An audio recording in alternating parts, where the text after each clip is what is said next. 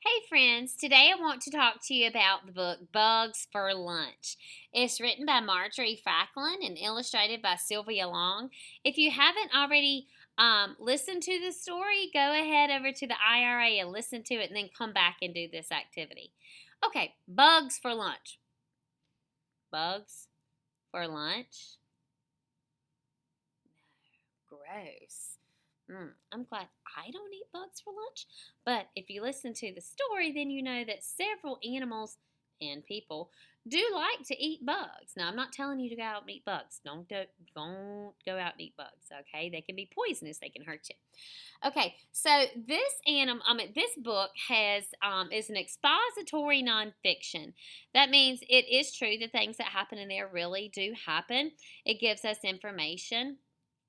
It also gives it to us in kind of a fun format. It uses rhyming words in a verse. It's like a poem, like a whole great big long poem with rhyming words to keep the reader interested. Authors do that sometimes just to kind of keep the flow of this story going and keep you hooked so you can figure out what comes next.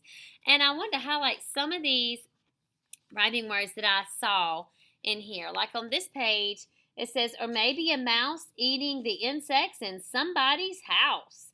And you'll see right there, mouse and house are the rhyming words. That means they sound almost the same. The ending sound is the same. They've just changed the beginning. That has an M, O-U-S-E, and house has an H, O-U-S-E. So very similar. They rhyme. Okay? The next set of rhyming words I want to talk to you about are a little bit different. This is a toad, the page with the toad. You could be a toad zapping a fly with a flip of the tongue and the blink of an eye. The rhyming words here are fly and eye. But look at them. Are they spelled the same? No, they're not. Fly has an L-Y on the end, and I is spelled with a Y-E on the end. They look different, but they sound the same. So rhyming words don't have to use the same letters. They just have to sound the same. They don't have to look the same. Okay, another set of rhyming words I want to show you. You might be a trout at home at a brook looking for insects that aren't on a hook. What do you think the author means by that aren't on a hook? Well, what would happen if the trout ate an insect that was on a hook? They would get caught by a fisherman, get reeled in, and cooked for somebody's dinner. So, yeah, he's always definitely looking for insects not on a hook. But brook and hook are our rhyming words here. They're spelled the same on the ends.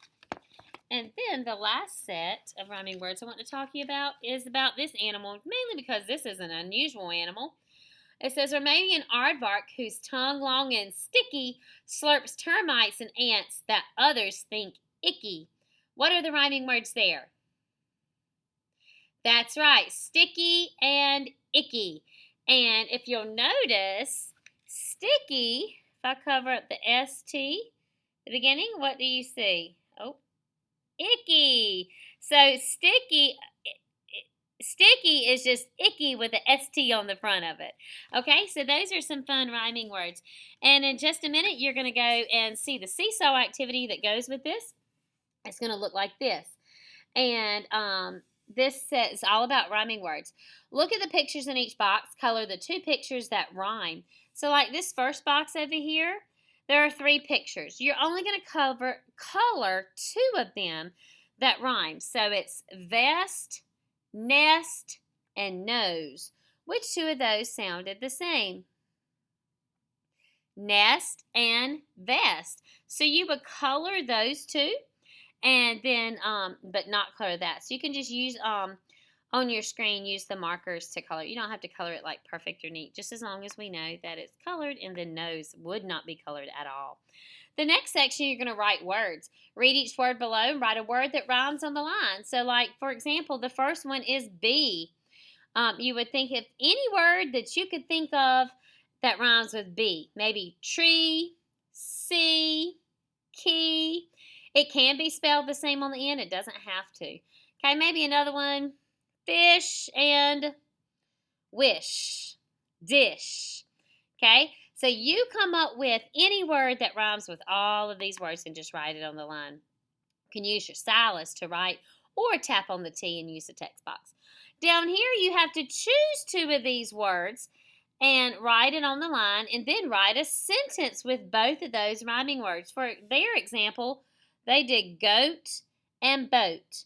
And the sentence that they wrote is, the goat is standing on the boat. So you'll put your two words there and then write your sentence there. The other activity that you're going to do with this book is just simply making a list of all of the animals that you read about in the book that eat bugs for lunch. Ooh. It's kind of a web. It looks like this. It says, who eats bugs for lunch? Well, one of the animals was a toad, so I just simply wrote that there. Maybe another animal that you saw in the book was a shrew. So, going to write it right there. So, you're going to fill up all of these lines with different animals that ate bugs for lunch from the book. Then at the bottom, would you like to eat bugs for lunch? It's up to you. I choose not to eat bugs, but, that's me. So, I hope you enjoyed this book. It's very interesting and learned some cool things about some bugs and also had fun with the rhyming words. So, I can't wait to see your work.